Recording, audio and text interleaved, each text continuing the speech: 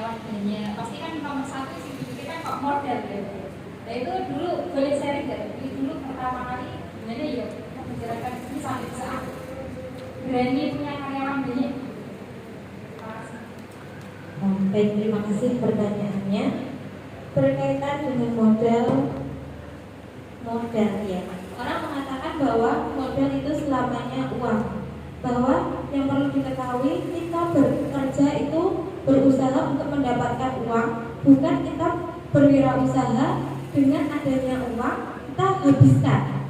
Jadi tahu ya di sini bedanya, uang itu untuk apa? Jadi usaha itu untuk mendapatkan uang, bukan usaha ditepai duit saya nage iso usaha, bukan. Jadi kita harus tahu itu dulu. Nah, untuk Dwi Warna sendiri, modal pertama yang jelas dulu saya orangnya sejujurnya belum nekat.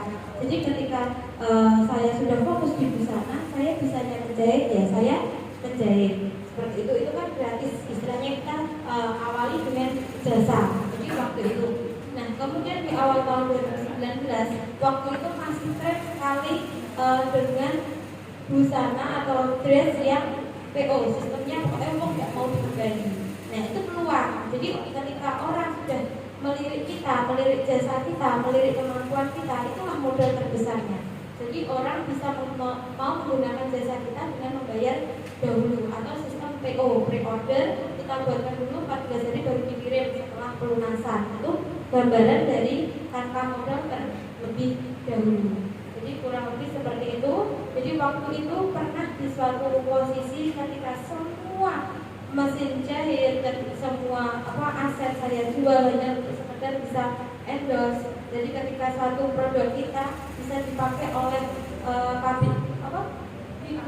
pabrik figur, orang juga akan semakin melihat kita membayar pabrik figur sekedar tidak seberapa banyak, tapi itu bisa meyakinkan orang lain yang lebih banyak dan bisa DP ke kita lebih banyak. Itu yang pertama untuk modal yang sedikit.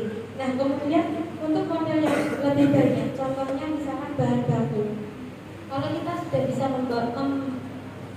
menjaga kepercayaan toko kain misalkan supplier, mereka juga tidak akan terburu-buru harus lunas di awal. Itu contoh ketika kita bisa meyakinkan supplier. Itu yang kedua. Kemudian untuk yang karyawan, contoh karyawan itu tidak selamanya karyawan tetap yang harus digaji bulanan. Ada sistem karyawan lepas, ketika ada pekerjaan kita baru memberi dia pekerjaan. Jadi kita tidak tanggungan ketika misalkan orderan sedang sepi. Itu ada option untuk tenaga kerja. Jadi itu ada 3 hal penting yang saya terapkan di awal waktu memulai Dwi Warna. Tapi untuk saat ini memang pernah beberapa bulan yang lalu ya, itu juga banting setir seolah-olah ketika awalnya Dwi Warna sudah nyaman dengan sistem pre-order, orang bayar dulu otomatis punya modal.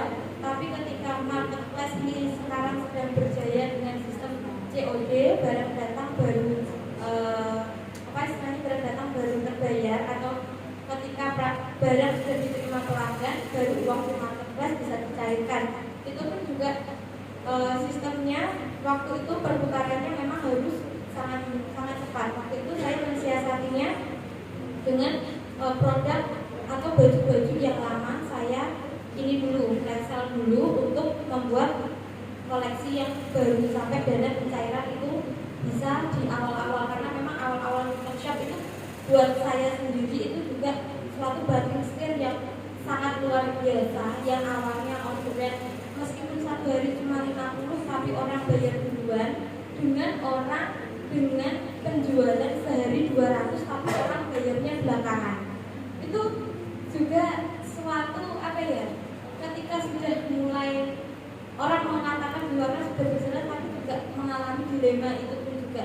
Jadi kemarin itu sempat jual mobil lah, sempat itu memang harus karena itu gimana ya, sudah di posisi yang sama-sama mau maju juga sudah susah, mau mundur juga tidak mungkin.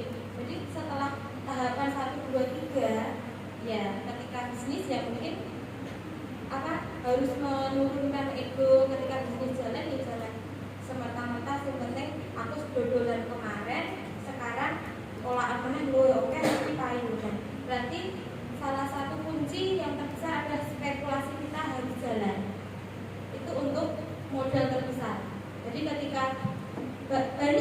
sekali ketika aku sharing dengan toko kain itu ketika dia merasa nih online shopnya sedang berkembang, sedang berjalan, dia satu warna per roll itu dia langsung beli lebih dari 10 roll.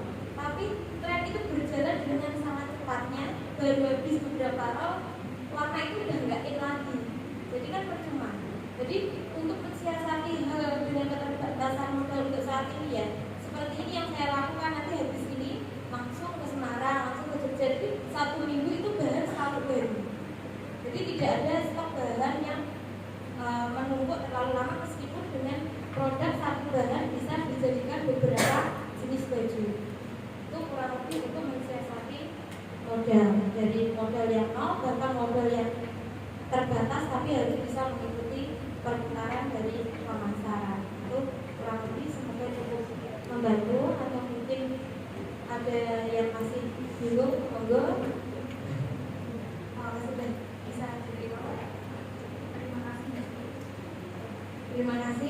Terima kasih banyak atas antusiasnya, atas pertanyaannya, atas perhatiannya. Semoga yang saya sampaikan sama-sama bisa menjadi pembelajaran bersama, termasuk saya juga kedepannya juga bisa lebih baik. Mohon doanya.